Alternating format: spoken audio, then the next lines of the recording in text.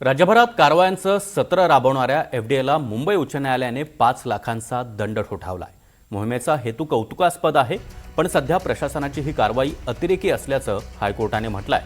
पुण्यातील Guru Nanak dairy and sweets या दुकानातर्फे कोर्टामध्ये याचिका दाखल करण्यात आली होती। 12 जून रोजी या दुकानाचा परवाना निलंबित करण्यात आला होता। त्रुटी दूर केल्यानंतर एफडीए अधिकाऱ्यांनी दुकानाची पाहणी केली। 98% त्रुटी दूर केल्याचं आणि नियमांचं पालन केल्याचं एफडीएनं म्हटलं होतं। त्यानंतरही परवाना निलंबितच ठेवल्यामुळे दुकान मालकानं हायकोर्टात धाव घेतली। जूनपासून दुकान बंद असल्यामुळे आपलं 8 लाखांहून अधिकचं नुकसान झाल्याचा दावा त्यांनी याचिकेत केला होता।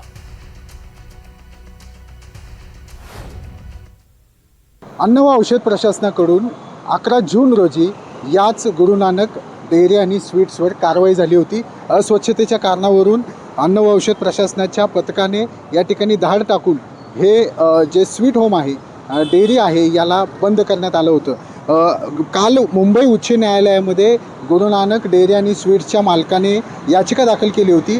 ज्या काही त्रुटी होत्या, अस्वच्छता असेल, त्रुटी असतील, त्याची पूर्तता करून देखील परवाना मात्र पूर्ववत न केल्याबद्दल मुंबई उच्च न्यायालयाने अन्न व औषध प्रशासनावर ताशेरे ओढलेले आहेत आणि जे काही नुकसान या डेअरी आणि स्वीट्सच्या मालकाचं झालेलं आहे, त्या नुकसान भरपाईपोटी 5 लाखांचा दंड हा अन्न व औषध प्रशासनाला ठोठावण्यात आलेला आहे। एकूणच अन्न व औषध प्रशासनाकडून राज्यभरामध्ये अस्वच्छतेच्या कारणास्तव ज्या धाडी टाकले जात आहेत आणि परवाने रद्द केले जात आहेत, ते परवाने त्रुटीपूर्ततेनंतर पूर्ववत करावेत असे आदेश असताना अन्न व औषध प्रशासनाने ते आदेश पाळले नाहीत। त्यामुळे मुंबई उच्च न्यायालयामध्ये ज्यावेळेस गुरु नानक डेअरी आणि स्वीटचे मालक गेले तेव्हा त्यांना दिलासा देण्यात आलेला आहे आणि त्यांचं जे काही नुकसान झाले त्या नुकसान भरपाईपोटी 5 लाखांचा दंड अन्न व औषध प्रशासनाला ठोठावण्यात आलं आहे। त्यामुळे राज्यभरातील अनेक दुकानदारांना यामुळे निर्णयामुळे दिलासा मिळालेला आहे।